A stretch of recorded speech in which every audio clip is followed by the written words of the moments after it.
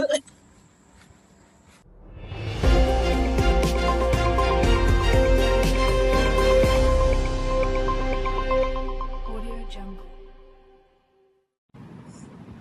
evening, and welcome back to IIUM Legal News, where history's courtroom battles come alive. A deadly influenza pandemic is sweeping across Europe, taking the lives of nearly 1 million people. Panic spreads, hospitals fill, and people turn desperate for relief. In the midst of this, a small company, the Carbolic Smoke Ball Company, is determined to profit from the widespread fear. In today's news, a groundbreaking decision has just been made in the case of Carlyle versus Carbolic Smoke Ball Company, a case that has stirred public attention and raised serious questions about contract law. The court has ruled in favor of Mrs. Louisa Carlyle, the woman who challenged a company's bold promise and took them to court. Our reporter, Ms. Farisha, is now live with us outside the courthouse with the woman at the heart of the storm, Mrs. Carlyle herself. Thank you, Ms. Sal. I'm Farisha, currently standing outside of the Royal Court of Justice, where moments ago a landmark was laid down. With me now is the woman who challenged a bold advertisement, Mrs. Khalil. First of all, congratulations. How are you feeling after the court ruled in your favor? Thank you so much. So I feel so relieved because who would have imagined, right? Using the Carbolic smoke ball exactly how we told, but still ended up falling sick. Who would have knew? Yeah. So I'm here now and I'm glad that you saw justice. Right. Oh, let's go back a bit. Would you like to tell me how all of this happened? So how it all started when I saw an ad from the smoke ball company. And they say that whoever uses the smoke ball medicine, right, but still ended up falling sick after, despite of using it, they will offer £100. So that's how it started. Thank you. It all started one morning when I saw the advertisement. In the ads that I saw, the Carbolic Smoke Ball Company claimed that their product could prevent influenza, and they offered a 100 reward to anyone who use it properly and still feel ill. The ad seemed sincere. They even said that they would deposited £1,000 in the bank to show their commitment.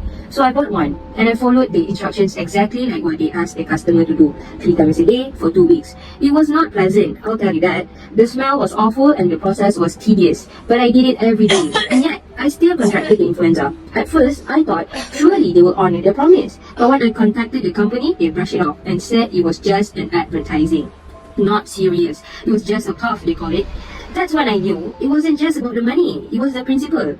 If the companies are allowed to make the promises, but they don't have the intention to keep it, what does that say about trust and fairness? So I took them to the court, not because I wanted to fight, but because I believe the law should protect people like me, ordinary people who simply expect others to mean what they say.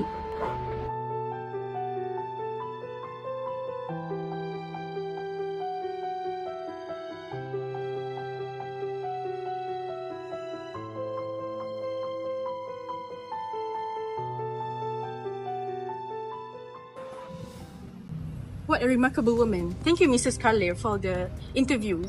It was so amazing. I'm standing outside of the court now, reporting from the outside of the court. Now I'm back to the studio. Thank you. Thank you, reporter Farisha. An incredible moment outside the courthouse earlier today as Mrs. Carlyle emerged victorious. But what does this mean from the court's perspective? For more, we now go live to our reporter, Ms. Aisha, who's standing by with the judges involved in today's decision. Thank you, Ms. Sal. I'm Aisha, with one of the judges who was involved to dive in and understand more about this case. Your Honor, many of our viewers are curious about the legal reasoning behind the court's decisions. Could you help us understand more about the main issues the court considered? Yeah, of course. Okay. First of all, there were main 2 legal issues in this case. First of all, we had to decide whether a contract could be formed when someone accepts a unilateral offer just by performing the act without informing the offerer. Okay, in this case, we as a judge give a favor towards Mrs. Carlyle. Okay, and then we also determined that the advertisement was a unilateral offer, meaning that when the company when the company made a promise to the public, and then anyone who performed the act will was entitled to get the reward. Then what is the second legal issues of this case? Okay, for the second one was whether company advertisement was legally binding or just invitation to trip. Okay, normally advertisement are not offered, but in this case, the company mentioned about £100 reward, and they also deposit £1,000 into the bank that show the serious. Okay, so that demonstrates a clear intention to be bound. So we felt that it was a valid offer. Okay, thank you. Thank you. Thank you, Judges Ika. Now I would like to ask you next, Your Honor. Can you summarize the reasoning on why Mrs. Carlyle won this case? So actually, in this case, the reason why the court ruled of the favor for Mrs. Carlyle is because of this reason.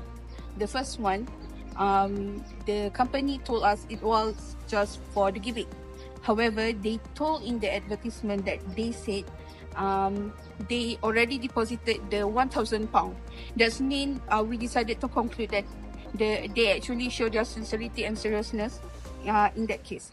And the second one is, since Mrs. Carlyle actually did everything that the advertisement stated, so all of the performance is actually enough for them, because this contract actually under the unilateral contract. So because of this main reason, the court actually decided to on the side of Mrs. Carlyle in this case. Thank you very much, Your Honor, for sharing that clear explanation. It's been a rare opportunity to hear directly from the bench the reasoning behind such an important decisions. Let's conclude our coverage from here, Royal Court of Justice. Now back to you in the studio. Thank you to our reporter, Ms. Aisha. A powerful day in court and a lasting precedent set. This case isn't just about a flu remedy. It marks a turning point in contract law. Carlyle versus Carbolic Smokeball Co. taught us that advertising, when made with clear intention and specific terms, can create legally binding agreements. That act transformed a mere advertisement into a unilateral offer enforceable by performance, a vital concept that still echoes in today's legal and commercial practices. Unlike in Boots Chemist vs. Pharmaceutical Society 1953, where goods on shelf were deemed mere invitation to treat and no contract was formed until the cashier accepted purchase, Carlyle confirmed that a public promise with clear condition could indeed create a contract the moment those conditions are met, without the need for direct negotiation. Today, we see its legacy in cashback offers, money-back guarantees, and other marketing tactics that hang on consumer trust. The ruling ensures that companies cannot make bold claims and then walk away from them. What's more, this principle aligns with Islamic legal values. As stated in Surah Al-Ma'idah, verse 1, O you who have believed, fulfill all contracts. That verse affirmed the ethical importance of honoring agreements. The company in Carlyle set clear terms, avoided deception, and committed real money, meeting both Western legal standards and Islamic requirements such as the absence of moral uncertainty. This is one of those landmark cases where law, ethics, commerce, and faith all converge, reminding us that good law doesn't just protect rights, it builds trust. That is all from us today. Join us next time on IIUM Legal News as we revisit more moments where everyday people help shape the law. I am Salsabila, and we will see you next time. Good night.